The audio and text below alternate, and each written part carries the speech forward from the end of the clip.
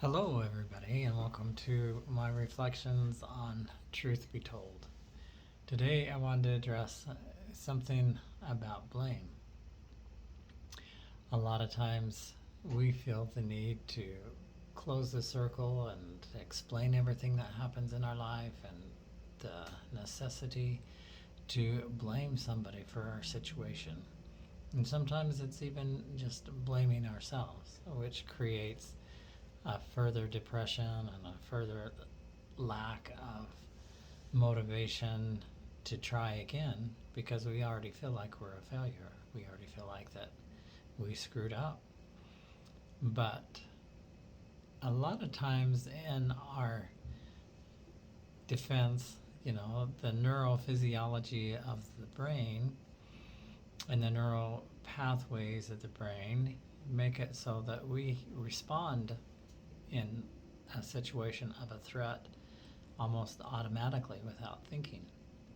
In study of the brain, there's a higher brain, there's a lower brain, and the lower brain is primarily responsible for the fight or flight syndrome or the response. So what happens is when you're in a situation where you feel like you're threatened and that you don't have any options, a lot of times your body responds to that threat immediately without really having the ability to think clearly to the higher brain to where you can process the things in a more rational way.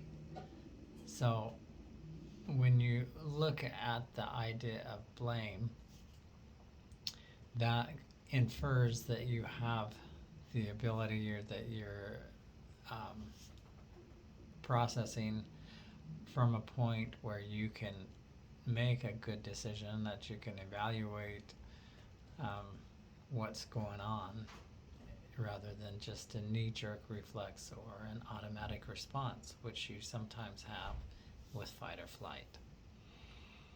Don't get me wrong, I'm not saying we don't have any accountability or any responsibility, because for our actions we always have to take ownership and have to begin where we are. We have to look at our perspectives. We have to evaluate what's going on in our life and our motivations. But I think it's important too that we stop again and analyze where we were coming from at the time that we made some of these decisions, and if it wasn't a defense strategy that we did just to preserve ourselves.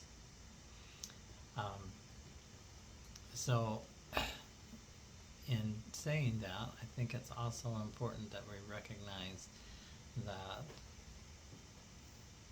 flight or fight is an instant thing.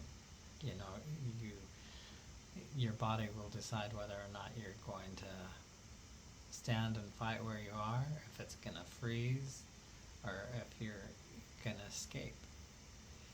In my life, a lot of times I felt threatened emotionally or physically or challenged.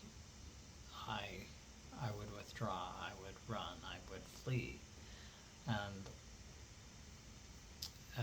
wasn't until I was able to really process what I was doing in my higher brain, and think about things more rationally, that I was able to stop and stop blaming myself for a lot of the mistakes that I've made, or stop blaming other people for how they reacted in a certain situation. And I think that just understanding the neurophysiology of things and looking at where we are at the time goes a long ways in being able to resolve conflict and being able to develop new strategies and be able to change and find happiness through better choices.